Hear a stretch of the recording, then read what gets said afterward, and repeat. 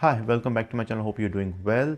So today I will be presenting you with the camera bodies that are actually really good for the beginners. Whether you want to shoot a photo with it or you want to make a video with it, they are basically all-around good cameras. None of these cameras shoot log profile, and I have kept these camera bodies strictly in the range of 60,000 to 75,000. Let's start with Canon M50 Mark II. It is an APS-C mirrorless camera from Canon, which uses M mount, and it offers 24.1 megapixel sensor. It has 975 autofocus points for stills and 375 for videos, and it's a budget friendly camera. Has a wide range of M series lenses for it, but in case you find that limiting, you can always use an adapter and basically adapt EF or EFS lenses depending on your choice. It's a user friendly camera coming at 66,995 rupees with kit lens on Canon website. I'm definitely sure you can find it for cheaper if you look somewhere else, or in the shop or on Amazon. The second camera is the Sony a6100. It's a mirrorless camera from Sony which uses E-mount, which is unified across the whole ecosystem of Sony. It's an APS-C sensor with 24.2 megapixel, and it offers 425 focus points for videos and stills. It uses CMOS sensor, and it's an excellent hybrid shooter. Sony are known for making hybrid shooters. It shoots 4K just like this Canon. It doesn't have any log profile in it, so you don't have to basically buy an adapter. The plus point with the Sony is, since everything is unified with E-mount, you can use every lens with any kind of a body that Sony makes, provided they are interchangeable lens cameras. This camera is priced around 64,990. Just the body, but if you want to buy it with a kit lens, it's priced around 75,990. There are other options like A6400 which are capable of shooting 8-bit S-logs or log profiles, but they are generally on the pricier side. The third camera is Nikon Z30. It is a mirrorless camera from Nikon which uses Z-mount, and it is an APS-C sensor camera with 23.5 megapixel. It has 209 autofocus points.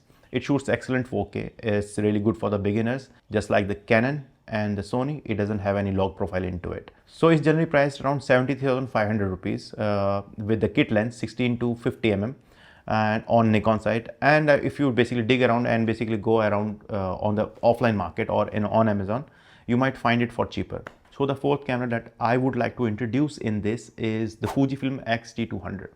Disclaimer, I have never used this camera. I have just held it for, I think, half an hour because my friends own it, and I found it really interesting to see this camera, and it looks different from rest of the brands. So that's why I found it interesting, and when I got to know the price, I thought this would be a really good option to include in this. The Fujifilm X-T200 is a mirrorless camera from Fujifilm which uses X mount. It is an APS-C sensor camera with 24.2 megapixel with updated hybrid autofocus with 425 phase detect points, and it can shoot 4K which is oversampled. It's generally priced around 63,000 with the kit lens that is 15 to 45 on Amazon. If there's a store nearby you, multi-brand store, I think you will find it for cheaper. All the cameras that I have mentioned, they have one thing in common, and that is they have interchangeable lenses. The other thing that I would like to suggest you is to invest in quality lenses, because that could be one of the reasons that your image are still coming out less sharp. So there are some of the reasons why the images that you are getting are not sharp. The video should be linked up over here somewhere. The another thing that I would like to suggest is buy a prime lens, the cheap Nifty 50, the 50 mm focal length, because it will act as a portraiture lens. It will compress your image, and it has a higher aperture range. It can go up to 1.8, 1.2 depending on the brand. So 50 mm lens in general is really good focal length to start with. That will basically help you to understand how aperture works in correlation with the shutter speed and ISO. And if you want to know how those things work, another video will be linked up over here somewhere. So that's it for me. If you like what I'm doing, consider subscribing, hit the bell icon so that you can notified whenever I post, and take care of yourself. See you. Bye bye.